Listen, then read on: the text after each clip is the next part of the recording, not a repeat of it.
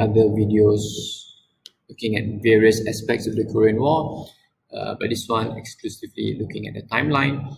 So what could help you at this point of time if you're recapping, you could take out a piece of foolscap paper to do a timeline as we go on, or you could, depending on what exactly we are looking at, you could also be just doing this before you begin your Korean War revision. Okay, I did something to it. Right, so the story begins, at least for us here, in 1905 when Korea became a Japanese protectorate. So if you recall chapter 6, which is about the outbreak of war in outbreak of war in Asia Pacific, we see how really Japan, as they were on this path to expansionism, they were looking to expand from where they were. So this is Japan here in the map. Okay, and after the first Sino-Japanese War, Japan expanded their influence into Korea and Taiwan, which we can't see here. And then subsequently, Japan just totally decides to annex Korea in 1910, and the difference being a protectorate is that they kept the Korean royal family in position and tried to rule indirectly. But since this wasn't working out, they then chose to just annex Korea, which is to remove the Korean royal family and just install their own leaders there. Right, so that's the story of Korea, and from 1910 up until 1945, for the next 35 years at least, Korea was in Japanese hands. The Japanese had full control of Korea. It was treated as part of Korea. In fact, during World War II, during when Japan was attacking the rest of Southeast Asia, including Singapore, right? The Japanese soldiers that were here were of Korean origin, right? And with the exception of the Kempeitai, my understanding is that a lot of the Japanese soldiers who were fighting here in Singapore were from the Korean division. Right, so Korean War ends, and then we are looking a bit at chapter 7, and unit 3, chapter 1. Right, Japan now needs to disengage with its overseas colonies. So Japan is leaving Korea, right? And the understanding was that Japan left Korea. Okay, who will be in charge of Korea? Okay, and since America and Soviet Union couldn't decide specifically on what to do, they thought the best solution was for Soviet Union, right? They are geographically on top, to come down and occupy North Korea, while the Americans came in from Japan, having defeated Japan, to occupy South Korea. Okay, this was to ensure the stability, that widespread violence doesn't take place against the Japanese. So Japan surrendered to Soviet forces. As Japan surrendered, Soviet forces entered Korea from the north, and then it occupied up until the 30th parallel. So the 30th parallel is actually a line on the map, right? It doesn't signify anything specifically other than it was convenient. It was somewhere near the middle. So things changed quite quickly. After 1945, you see how in Europe, America and Soviet Union, their relationship went from distrust to tension to animosity and hostility, and then you saw the battle of for ideological dominance starting to appear. And as Soviet Union was spreading communism throughout Eastern Europe, the fear that Soviet Union will spread it even further, prompted America to announce the Truman Doctrine, which is part of the policy of containment. Right, the idea is to prevent the further spread of communism beyond what the Soviet Union already has under their influence. Right, so really this containment was a global policy. 1947, UN passed a resolution calling for free elections in Korea. Right, this was something that was decided during the Potsdam Conference as well, but with the United Nations calling for it, it further strengthened it made it quite clear, or it made it more official. There was more international pressure for elections to take place in in Korea. However, by then, from the period of 1945 to 1947-48, the two leaders who were installed in the North and South Korea were quite comfortable in their roles, right? So you have in South Korea, right, this guy Syngman Rhee was backed by America. He is a staunch nationalist, so deeply passionate about Korea and Korean unification, but he was also an authoritarian, right? And even these elections that he conducted or that he helped organize in South Korea may not be as democratic as America would have liked, but America recognized that they needed somebody strong to deal with communism in Korea. So they persisted with him despite a lot of American officials not who were on the ground not liking him personally. Okay, so he held the elections. Okay, North Korea boycotted the elections. So the elections that was held was only happening in South Korea. And while that was happening, shortly after that, Kim, who was installed by, this is Kim Il Sung, installed by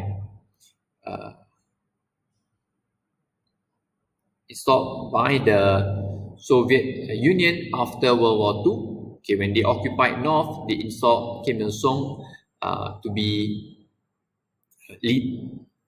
overseeing North Korea, and then subsequently North Korea, when they boycotted the South elections, they held their own elections, and lo and behold, they won the elections, and they called themselves the Democratic People's Republic of Korea. So you might be confused here, why is a communist leader calling North Korea democratic? Were there elections? Okay, even the elections that were there was heavily rigged in favor of the Communist Party.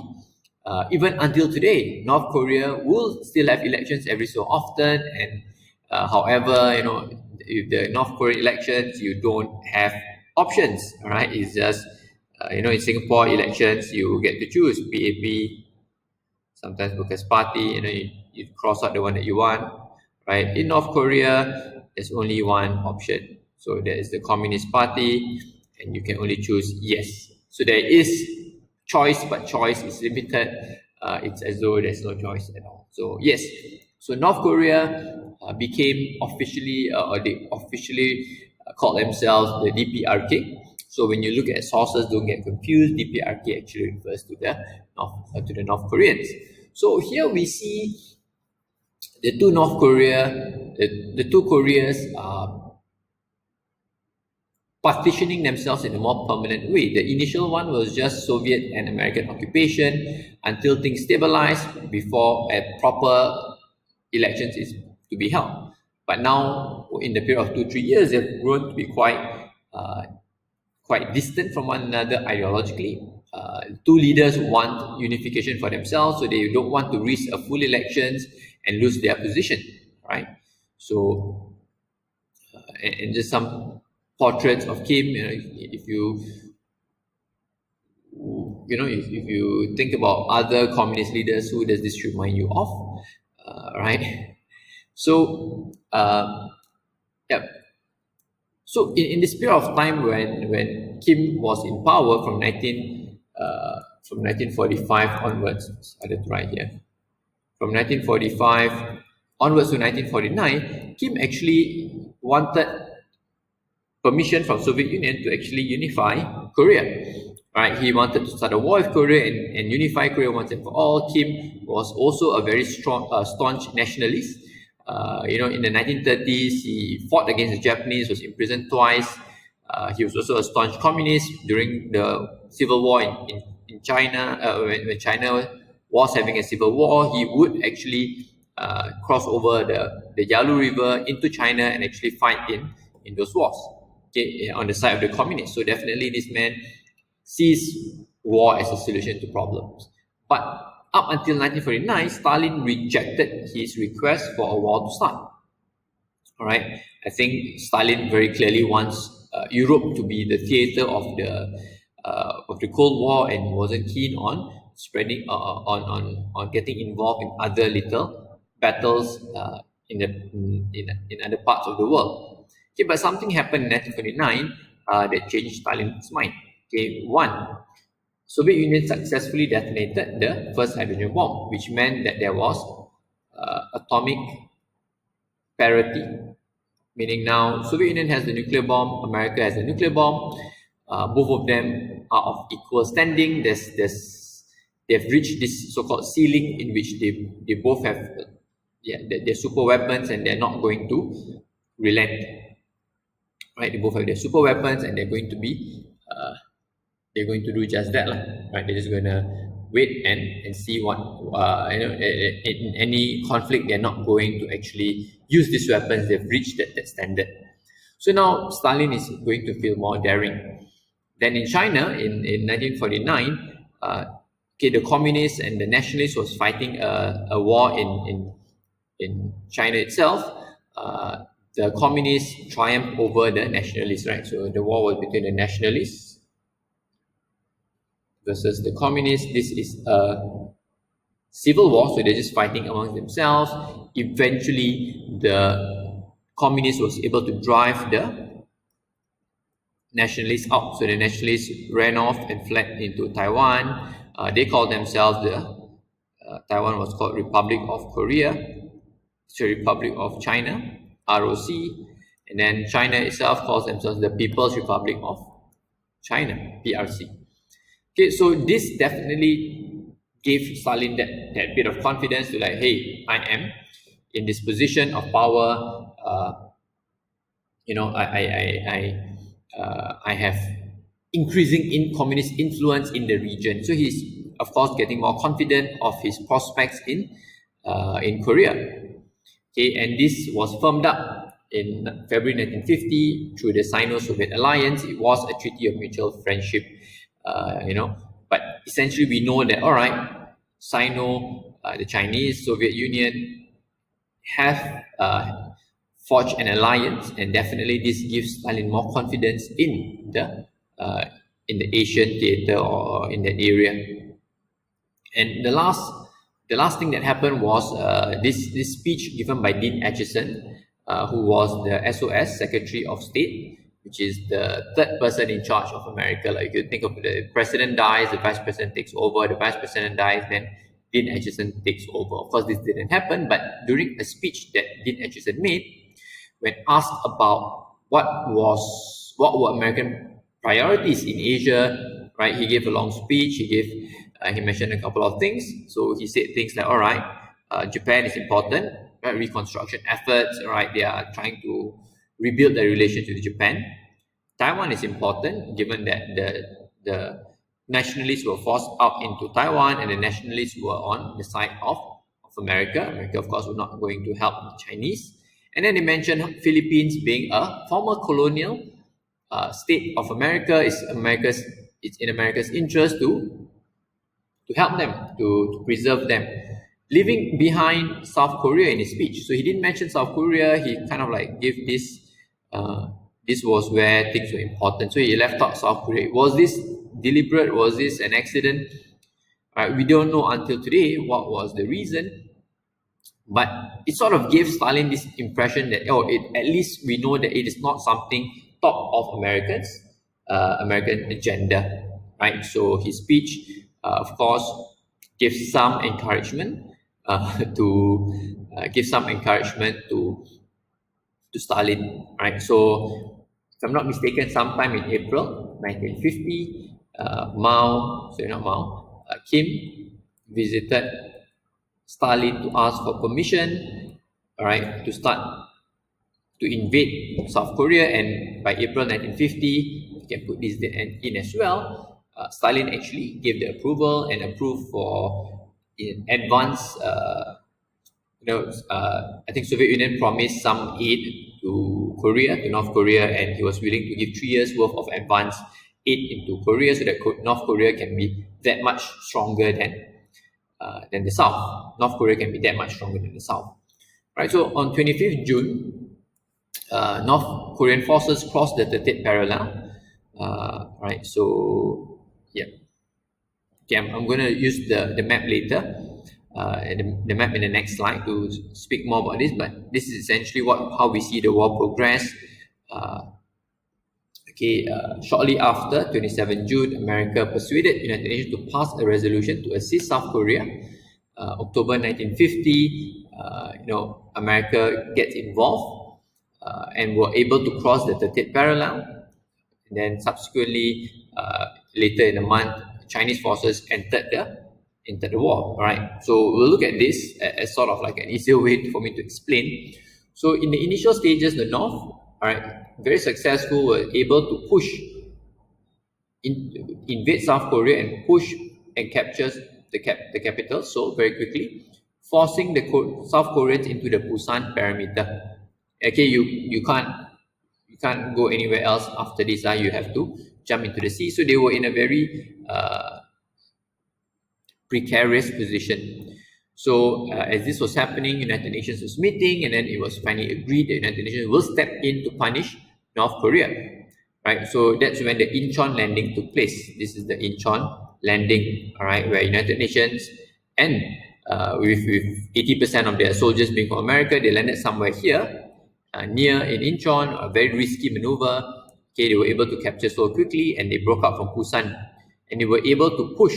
So this sometime in October 1950, able to push the North Koreans into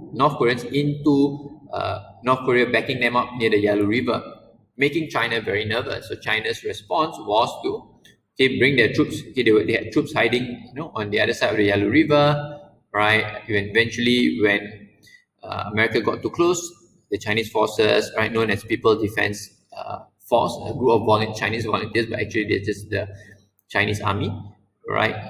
Mounted their own attacks and forced the American forces, the United Nations forces, to back into South Korea, momentarily even capturing Seoul. Subsequently, and this was still in October to January, October 1950 to January 1951, and this was within that period of time. And from here on, from 1951 to 1953, the war was just fought somewhere here, right, along the 30th parallel, until eventually they were able to sign an armistice. All right. So Soviet Union called for the talks all the way from 1951. Sometime during the war, Stalin died and was replaced, and talks began from 1951, but it took a very long time in 1953. In the meantime, a lot of soldiers died. So whilst Soviet Union was quite was okay with the peace talks, or Soviet Union was interested to see the war come to an end, and so was USA. USA was also keen on the peace talks, or keen on armistice, which is just a halt in the war. China, South Korea, and North Korean leaders were very against the armistice. Right? For them, for the North and South Korean leaders, this was to them a war of unification. Stopping in the middle at the parallel means thousands of our people die, and we are still not a unified country. For China, they want to vanquish whatever trace of foreigners in Korea, so that they will never be threatened by the South. So they were not keen on signing the armistice, but eventually Soviet Union was able to pressure their allies, and America was able to pressure South Korea into signing the armistice. So technically, an armistice is a ceasefire, an agreement to stop shooting at each other. It is not a peace treaty. There's no peace treaty between the North and South Korea. Technically, they're in a state of war, but they have just decided to stop shooting one another. Then they agreed to set up a demilitarized zone along the 30th parallel, where, as the name suggests, you're not supposed to put any soldiers in this demilitarized zone. Right, so that brings our story to an end. The common topics that they tend to ask about Korean War, which you need to know, would be the role each of these countries played. What were their motivations? So like China, America, Soviet Union, what were their motivations? Was it selfish? Was it purely altruistic, selfless kind of task of helping? Right, and the nature of the war, was it a civil war? Was it essentially at the heart of it just a North and South Koreans fighting, or was it a proxy war, a war whereby America and Soviet Union were the puppet masters, and the rest were just the puppets, right? Obeying the instructions of the puppet masters, right? And the other one would be to look at the impact of the Korean War, who exactly benefited more, who suffered more.